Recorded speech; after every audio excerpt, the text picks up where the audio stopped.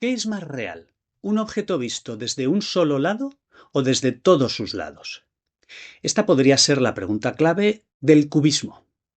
Para responderla, pintores como Pablo Picasso, George Braque o Juan Gris crearon una corriente artística que cambió por completo la forma de entender la pintura, las imágenes en general y el arte. Pero más de 100 años después, lo que yo me pregunto es, ¿entendemos hoy realmente el cubismo? ¿Y somos conscientes de cómo ha cambiado nuestra forma de ver? En este vídeo voy a ir directo al grano, voy a explicarlo de forma breve, clara y desde una mirada actual, como espectador y como pintor.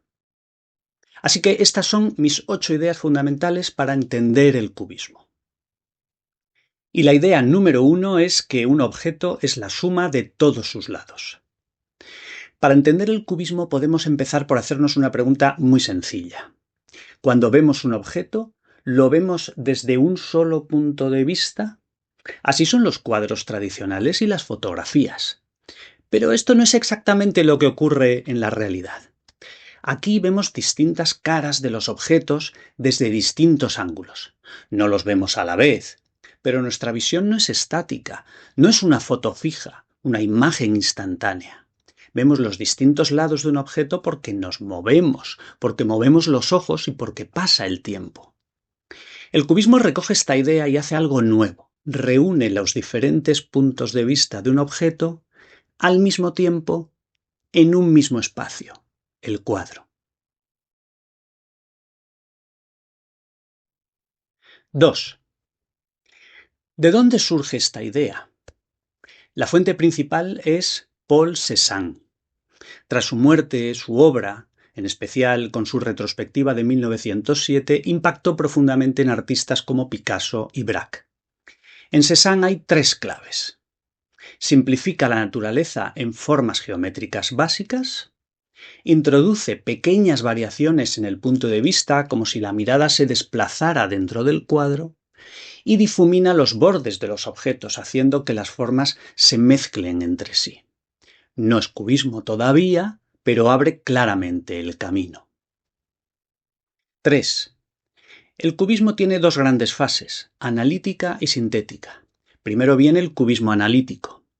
Aquí el objetivo es analizar el objeto, descomponerlo en partes, lados o caras. Pero no vemos todo el objeto repetido desde distintos ángulos, sino fragmentos.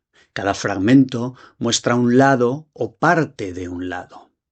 Todos se superponen, se cruzan, se mezclan. Por eso la imagen puede parecer inestable, casi rota. Pero en realidad es un intento de mostrar más información al mismo tiempo. 4. Después llega el cubismo sintético. Ya no se trata solo de analizar, sino de reconstruir. Llevan su idea inicial más lejos, y ahora, además de las distintas caras de un objeto, quieren mostrar otras facetas. Y aquí facetas no significa solo formas, sino también lo que ese objeto es o lo que hace. ¿Cómo lo hicieron? Un elemento pintado, otro dibujado solo con línea, puede haber tipografía y hasta notas musicales. Y aquí aparece algo completamente nuevo, el collage, porque también añaden trozos de papel estampado o de periódicos y los pegan al lienzo. Y eso cambia las reglas del juego, porque ya no hay solo pintura, hay otros códigos y objetos reales. Estos pintores dejaron claro que no hace falta imitar un objeto, basta con poner en el cuadro algo que lo signifique, basta con sugerirlo. Como pintor, este detalle me parece esencial porque cambia completamente cómo te enfrentas a un cuadro o a un dibujo. 5. En los cuadros cubistas hay mucha geometría. Las formas se simplifican en estructuras básicas, rectángulos, círculos, planos. Esto ayuda a que a pesar de todo podamos reconocer las cosas que aparecen. Pero la geometría no está solo en los objetos, también organiza toda la composición. A veces se intuye un triángulo, un rombo, una cruz, una estructura que sostiene el cuadro. 6. En el cubismo desaparece la perspectiva tradicional. No hay un punto de fuga único, no hay casi profundidad como en la pintura clásica. Los objetos parecen acumularse en la superficie del cuadro. Además, figura y fondo se mezclan. No hay una separación clara entre lo que está delante y lo que está detrás. El cuadro es un espacio ficticio, sí, pero no pretende ser la realidad, sino otra realidad, construida, que habla su propio lenguaje. 7. En el cubismo analítico el color se reduce mucho, ocres, verdes, grises. Esto ayuda a concentrarse en la forma y evita confusión.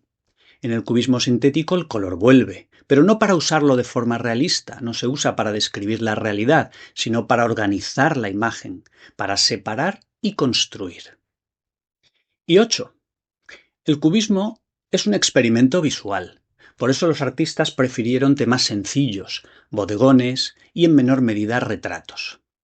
Objetos cotidianos, botellas, fruteros, guitarras, periódicos, mesas, porque son ideales para explorar la fragmentación, los distintos puntos de vista y la geometría.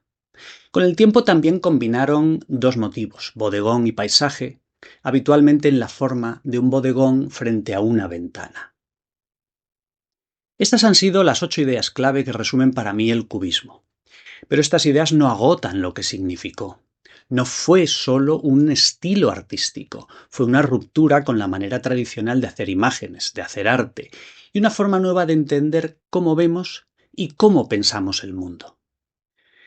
El cubismo nos propone algo muy importante, que la realidad no es única, ni fija, sino un conjunto de puntos de vista, y que cada uno de ellos es solo parcial.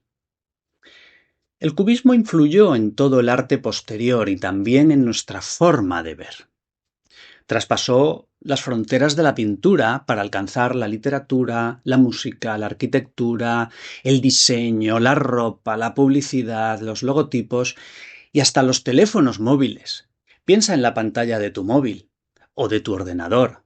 Ventanas, capas, imágenes fragmentadas, todo conviviendo en un mismo espacio. En cierto modo, eso también empieza con el cubismo.